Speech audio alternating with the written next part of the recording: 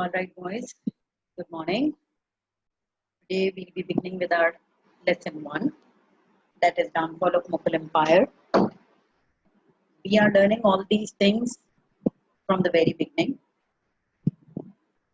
I don't want to do unit number one and two because that has nothing to do with your CAI's paper. Nothing out of it is going to be there in your paper. So we are starting with the things, and we'll be studying the things that are there for your syllabus.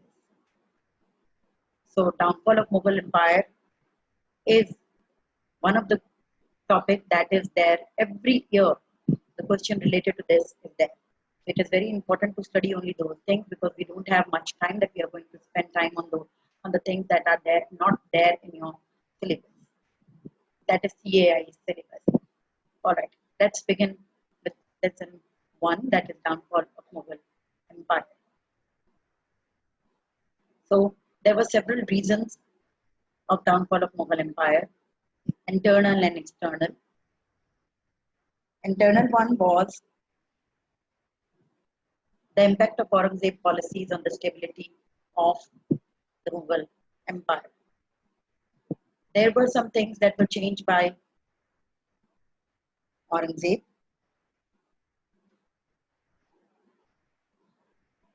and that caused the downfall of Mughal Empire.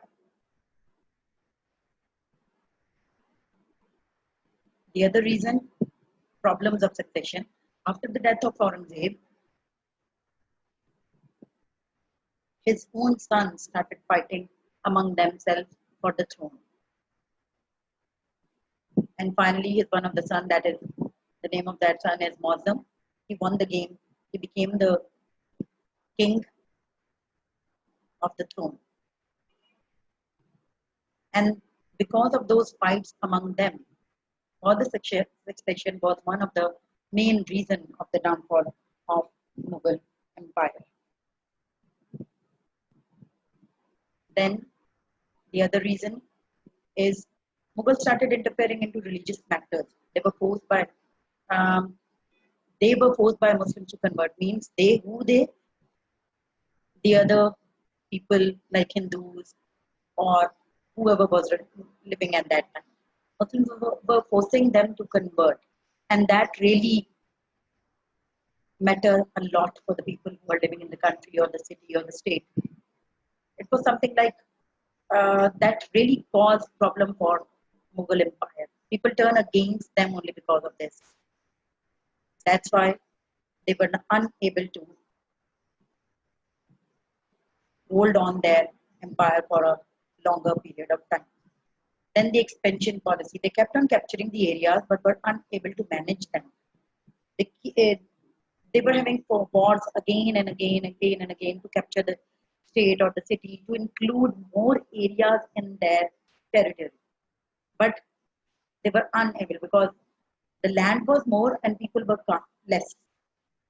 But they were unable to handle all the problems of the people living in those areas and unable to manage them. Number of people were less who can manage, and who were there, they were betraying them. And that even caused problem for Mughal Empire. One of the main reason, the biggest reason was the successor of Aurangzeb became lazy, weak and corrupt. They love to enjoy their life. They live very luxurious life, but they forgot about administration, forgot about the people of the state. They left everything on others to minister, to look into the matters. They were not taking any of the interest in the matters of the government or the people. They were not doing anything for the well-being of people. That's why people again turned against them, because there was no law of succession. The Mughals were weak in war affairs. One of the reasons was the Mughals were weak in war affairs while they were not trained properly. They were fighting with people, and when British came in, they were unable to fight with them because the other Western forces were very strong and well equipped with latest weapons, and they don't have. They were wasting their money on their luxuries, on other matters, having fun all the time, enjoying their life, but they were not doing anything for their government, for their people, for to control the government. That's why they become weaker and weaker every day. And obviously, when you don't have latest weapons, you cannot fight against people who are stronger than you.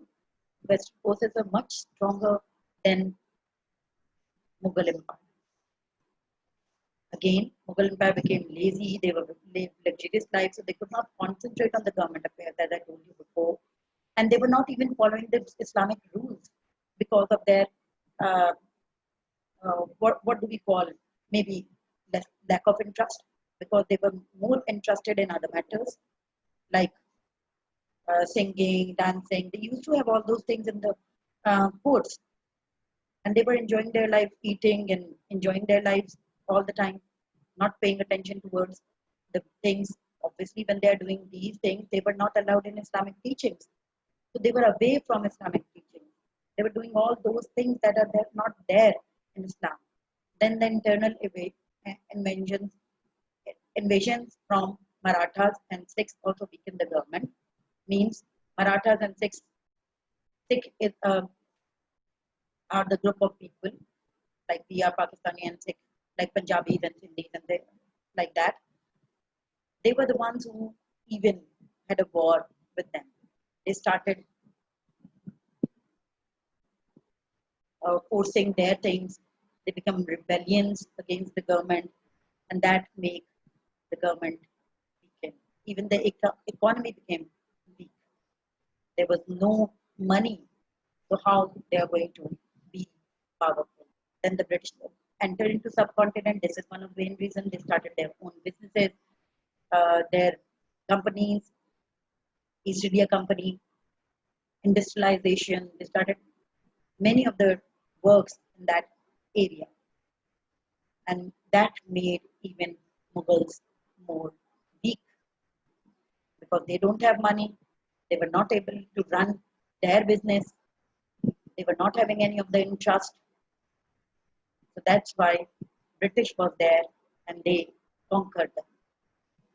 All right, boys, that is enough for now. The home assignment for this is you need to do this question that is explain why the successor of Aurangzeb failed to prevent the decline of Mughal Empire. You can go through your book, it is there. And we have discussed some of the things here. You need to identify reasons and then explain them in detail. I hope you'll be able to do it because everything is there in the books. You need to go, study, read, and then you can answer the question. It is not that difficult. I believe whatever has been taught in the class, you'll be able to answer the question easily. Please do the question on time, submit it, and read it carefully. Thank you, boys.